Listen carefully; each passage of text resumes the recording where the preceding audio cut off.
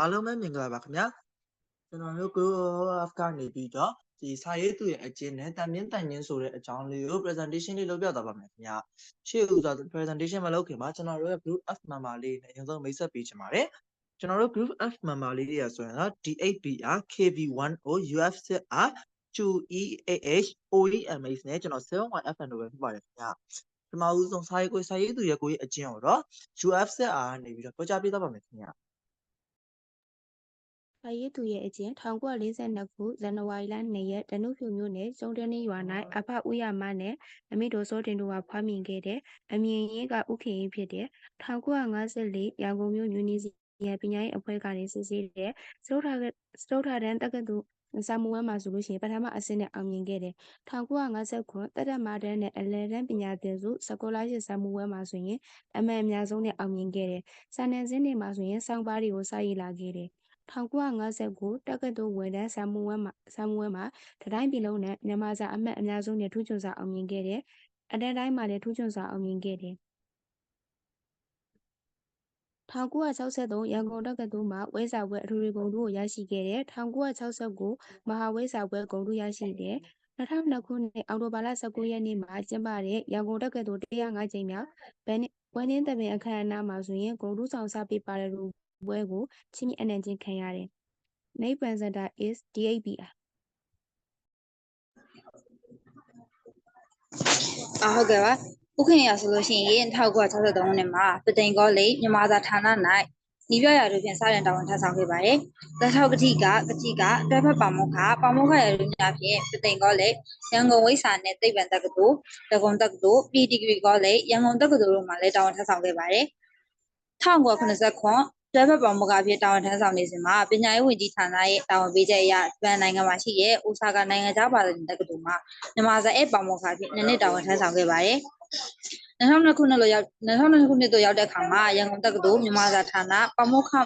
ဌာနမှုအဖြစ်နိုင်ငံဝန်ထမ်းပေါ်မှာအနေစားယူခဲ့ပါတယ်။1989ခုစာပေဗိမာန်စာမှုပြုပြန်ပွဲမှာမြန်မာစကားမြန်မာစာရုပ်ပုံစာမှုဖြင့်သုတပေတာဝိစာပညာရေးမှာပထမဆုကိုရရှိခဲ့ပါတယ်။2002ခုနှစ်မှာလည်းနှစ်40ဘဝပတိုင်များစာအုပ်ဖြင့်အမျိုးသားစာပေပေတာဆုကိုထပ်မံရရှိခဲ့ပါတယ်။2003ခုနှစ်ထိုင်းနိုင်ငံကျချူလာလောင်ကိုတက္ကသိုလ်နိုင်ငံတကာရသစာဝေဆွေးနွေးပွဲမှာမြန်မာ post colonial literature 2004ထိုင်းနိုင်ငံဇင်းပင်မြို့၌ကျင်းပတဲ့ဘာသာစကားသင်ကြားရေးဆွေးနွေးပွဲမှာ Some phonological problem in teacher Myanmar or a foreign language in foreigner ဆိုတဲ့စာတမ်းကိုဖတ်ကြားပေးခဲ့ပါတယ်။ဆက်လက်ပြီးတော့ Jewish ကျွန်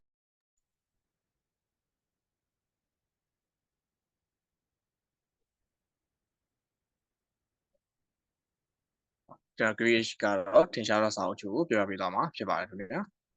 စကားပြေသဘောတရားစကားပြေအသက်ပညာ1989ခုနှစ်မြန်မာစာကမြန်မာစာရုပ်ပုံလွှာ1990ခုနှစ်စာပေသမုဒ္ဒရာ၌လက်ပြေကူခြင်းစကားသမုဒ္ဒရာစာသမုဒ္ဒရာ1990ခုနှစ်တက်တန်း2တန်း3 4တန်း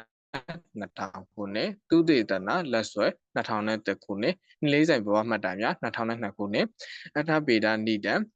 တပည့်နှစ်ဆရာနဲ့တပည့်စာပေမှတ်တိုင်များကိုဖျက်တမ်းခြင်း2004ခုနှစ်တက်တန်းရာစုံဘာသာစကားမောင်ရုပ်စုနဲ့မေမေတီရတာစာတမ်းများ2005ခုနှစ်ဘာသာအမြင့်စာပေအမြင့်အမျိုးသားစာပေစုစာပေဒါစုဥစားကဧည့်သည်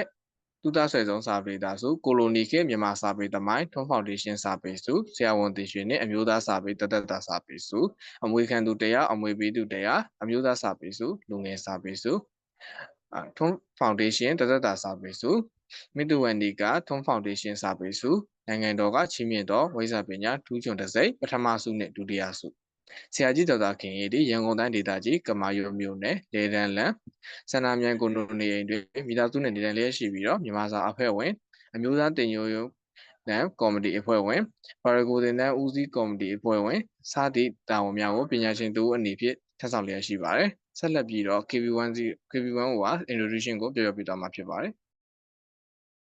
introduction ကျွန်တော်တို့ကမွေးရပါစကားပြောနိုင်တဲ့လူနဲ့အတန်ကျိုးတစ်ခုခုဖြစ်လို့စကားမပြောနိုင်တဲ့လူကလည်းလီရယ်လို့ဖြစ်လာပြီဆိုရင်တော့အတန်နဲ့စကားပြောကြရတာဖြစ်ပါတယ်အတန်နဲ့စကားပြောဆိုတဲ့အခါအတန်အနေထားမျိုးနဲ့ပြောကြလို့ရတယ်ဟုတ်နော်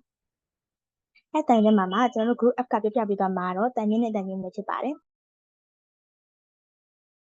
တန်ရင်းဆိုတာပါလေတန်ရင်းဆိုတော့စကားပြောဆိုလိုက်တဲ့အခါမှာကရိယာအနက်ကိုရည်ညွှန်းဖော်ပြရတာဖြစ်ပါတယ်တာရကအနေနဲ့ဆိုရင်မမတီစံပြုတ်မကြိုက်ပါ စံပြုတ်ကရိယာတန်ခြင်းဖြစ်ပါတယ်တန်ခြင်းဆိုတာပါလဲတန်ခြင်းဆိုတာကတော့စကားပြောဆိုလိုက်တဲ့အခါမှာနာမ်အနက်ကိုရည်ညွှန်းဖော်ဆိုတာပဲဖြစ်ပါတယ်ပါရကအနေနဲ့ဆိုတော့နေမကောင်းတော့ကြောင့်စံပြုတ်တော့အသည်စံပြုတ်နံတန်ခြင်းဖြစ်ပါတယ်နောက်ထပ်စလိုက်ကိုပြောကြရမယ်ကတော့ OEMH ဖြစ်ပါတယ် ကဲပါရှိလိပြီးတော့တန်ပြင်းတန်ခြင်းနဲ့ဝေချဖို့ပေါ့နော်ဟုတ်ကဲ့ကျွယ်ဝတန်ခြင်းတနာထူထောင်သောကျွယ်ဝခြင်းဥပမာအနေနဲ့ပြောမယ်ဆိုရင်သူရဲ့ကျွယ်ဝမှုကြောင့်အလုံးကမြစ်တာထားကြသည်ကျွယ်ဝတန်ပြင်းအစိမ့်မြင့်သောကျွယ်ဝခြင်းဥပမာအနေနဲ့ဆိုရင်သူတို့အိမ်မှာကျွယ်ဝသောအစိမ့်မြင့်ပစ္စည်းတွေရှိတယ်စိတ်ကူးတန်ခြင်းစိတ်တက်ဖြင့်မိဝဲထားခြင်းဥပမာအနေနဲ့ဆိုရင်သူရဲ့စိတ်ကူးခြင်းချက်ကပြုနှင်းချက်များစွာကိုခေါ်ဆောင်ပေးရဲ့စိတ်ကူးတန်ပြင်းစိတ်မှတ်ထားချက်ဥပမာအနေနဲ့ဆိုရင်ဒီနှစ်မှာပိုင်းတိုင်းတစ်ခုကိုစိတ်ကူးထားပါရဲ့တန်ရှင်းတန်ရင်ဖြည့်ဆည်းမှုမရှိခြင်းဥပမာအခန်းတွေကိုတန်ရှင်းအောင်ဆောင်ရွက်ခဲ့တယ်တန်ရှင်းတန်ပြင်းစိတ်သက်တန်ရှင်းခြင်းဥပမာအနေနဲ့ဆိုရင်သူ့ရဲ့စိတ်အတွင်းတန်ရှင်းမှုရှိတယ်ဆက်လက်ပြီးတော့ဟိုစက်ဘက်ဝါရကဆက်လက်ပြောပြသွားမှာဖြစ်ပါတယ်ဟုတ်ကဲ့ပါအခုလိုမျိုးကျွန်တော်တို့ group F ရဲ့ presentation လေးကိုနားထောင်ပေးတဲ့ဆရာမနဲ့ကျောင်းသားကျောင်းသူတွေအားလုံးကိုကျွန်တော် group F ကျွန်တော် group F ကိုစားဒီကျေးဇူးတင်ပါတယ်လို့ပြောကြားရတဲ့ကျွန်တော်တို့ presentation လေးကိုဒီမှာနေမဲ့အဆုံးသတ်လိုက်ပါတယ်ခင်ဗျကျေးဇူးတင်ပါတယ်